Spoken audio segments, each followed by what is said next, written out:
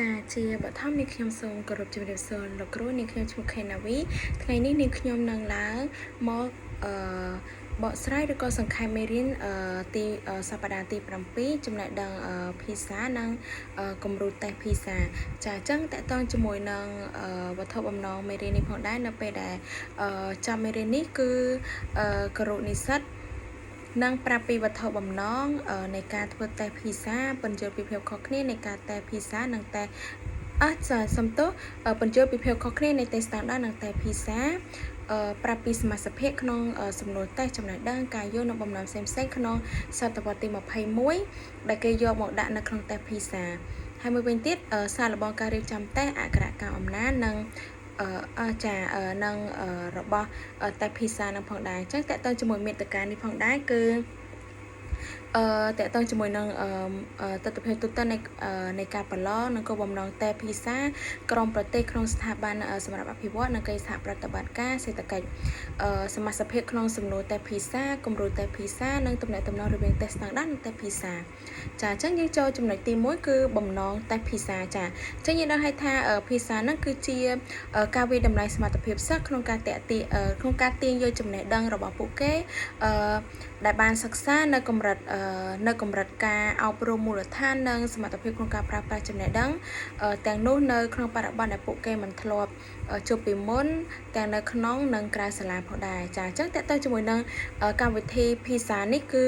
វាតម្លៃសមត្ថភាពសិស្សទៅលើមុខវិជ្ជា3គឺទី1អំណាចទី2គណិតវិទ្យានិងទី3គឺវិទ្យាសាស្ត្រ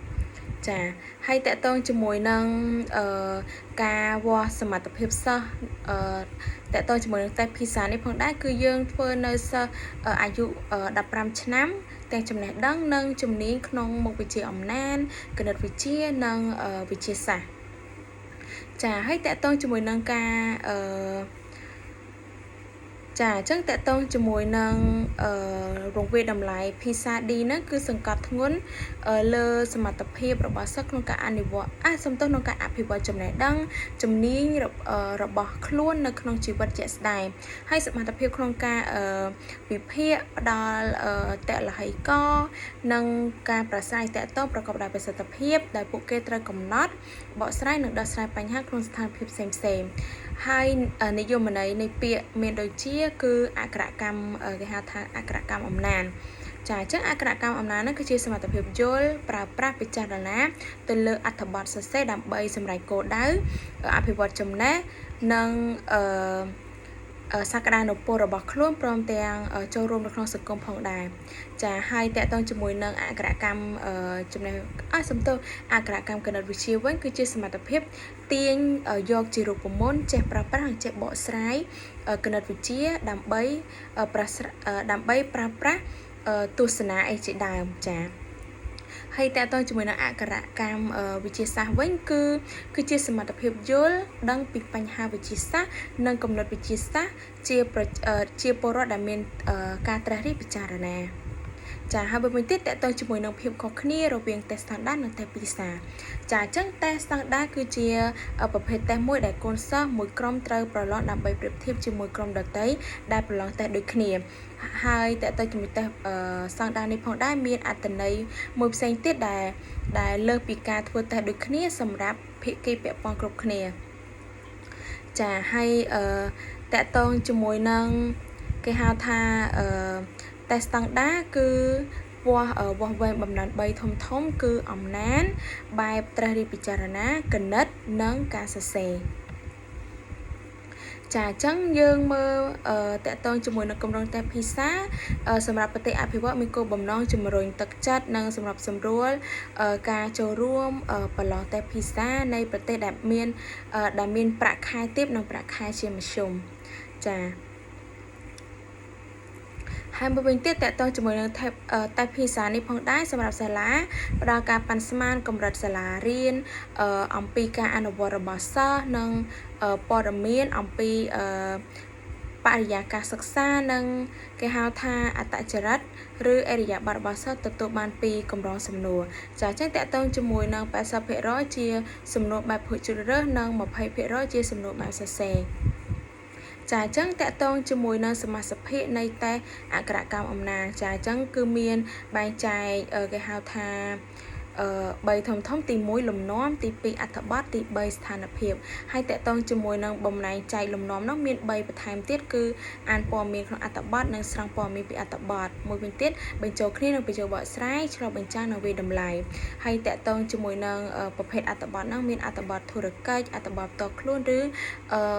ប្រចាំថ្ងៃមិនផ្លូវការឬក៏អត្ថបទសិក្សាធិការតកតងជាមួយនឹងតែសេចក្តីរបាយការណ៍សារជ្រាវអីជាដើមចាហើយតកតងជាមួយនឹងបំណែងចែកអត្ថបទហ្នឹងគឺមានតកតងជាមួយនឹងទម្រង់បង្ហាញអត្ថបទនិងប្រភពអត្ថបទហើយទម្រង់តកតងជាមួយនឹងបង្ហាញអត្ថបទហ្នឹងគឺមានអត្ថបទរបស់ពុម្ពលើក្រដាសនិងអត្ថបទ digital ចាហើយទម្រង់អត្ថបទហ្នឹងគឺជាអត្ថបទជាទម្រង់កថាខណ្ឌអត្ថបទមិនមែនជាទម្រង់កថាខណ្ឌដូចជាក្រាបតារាងរូបភាពអីជាដើមហើយវិញទៀតតើទៅជាមួយនឹងអត្ថបទទម្រង់ចម្រុះជាអត្ថបទដែលលាយឡំបញ្ចូលគ្នារវាងអត្ថបទជាទម្រង់កថាខណ្ឌនិងអត្ថបទមិនមែនជាទម្រង់កថាខណ្ឌហើយជាអត្ថបទពហុទម្រង់ចាហើយតើទៅជាមួយនឹងប្រភេទអត្ថបទ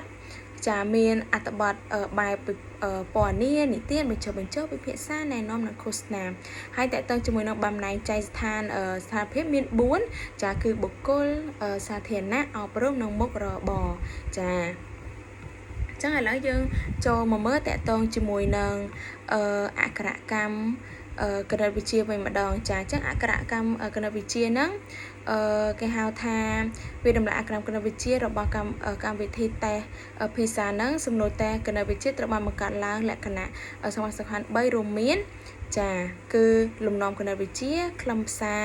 គណិតវិទ្យានិងហេតុផលគណិតវិទ្យាចាអញ្ចឹងតកតងជាមួយនឹងលំនាំគណិតវិទ្យានឹងមានបង្កើតជាលំនាំបញ្ហាគណិតវិទ្យាអនុវត្តក្នុងជីវភាពរស់នៅបកស្រាយឬក៏វាតម្លៃហើយតកតងជាមួយនឹងខ្លឹមសារគណិតវិទ្យាមានបរិមាណភាពមិនច្បាស់លាស់និងទិន្នន័យបំរែបំរួលនិងទំនាក់ទំនងទំហំនិងទ្រង់ទ្រាយផងដែរចាហើយមួយវិញទៀតតើទៅជាមួយនឹងហេតុផលគណិតវិទ្យាចាអញ្ចឹងគឺមានគេហៅថាមានអនុមានរួមអនុមានញែកការវិតម្លៃស្ថានភាពការទាញសេចក្តីសន្និដ្ឋានការសាងសង់និងពណ៌នាដំណោះស្រាយចំណេះក្នុងការយកដំណោះស្រាយទៅអនុវត្តក្នុងជីវភាពឬក៏គេហៅថាជីវិតពិតចាអញ្ចឹងតកតងជាមួយនឹងមួយវិញទៀតតកតងជាមួយនឹងបរិបទចឹងបរិបទមានអីគេចាមានបុគ្គលសង្គមមុខរបរវិទ្យាសាស្ត្រចាហើយតកតងជាមួយនឹងដោយការកាត់បំណែសតវត្សទី21មានដូចជាការកាត់ប្រកបដោយវិចារណញ្ញាណការច្នៃប្រឌិតការស្រាវជ្រាវនិងការរុករកស្វ័យដឹកនាំគំនិតដូចផ្ដើមនិងការមិនបោះបង់ការគេហៅថាការប្រើប្រាស់ព័ត៌មានការកាត់ជាប្រព័ន្ធ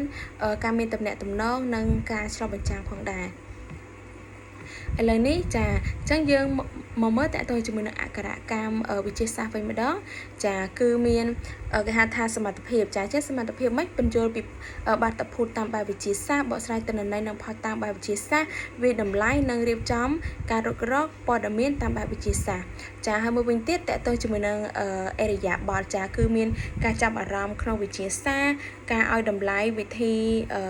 បែបវិទ្យាសាស្ត្រក្នុងការរុករកព័ត៌មានការយល់ដឹងពីបញ្ហាបរិស្ថានផ្សេងៗហើយតើតើជាមួយនឹងបរិបទនេះផងដែរគឺតម្រូវឲ្យមានផុសតាំងនៃគុណសម្បទានិងចំណេះដឹងក្នុងបរិបទសុខភាពធនធានធម្មជាតិបរិស្ថានគ្រោះថ្នាក់និងព្រំដែនរវាងវិទ្យាសាស្ត្រនិងបច្ចេកវិទ្យាផងដែរចាអញ្ចឹងគឺមានតើតើជាមួយនឹង3កម្រិតទី1កម្រិតបុគ្គលទី2កម្រិតតំបន់ឬគេហៅថាកម្រិតជាតិទី3គឺកម្រិតសកល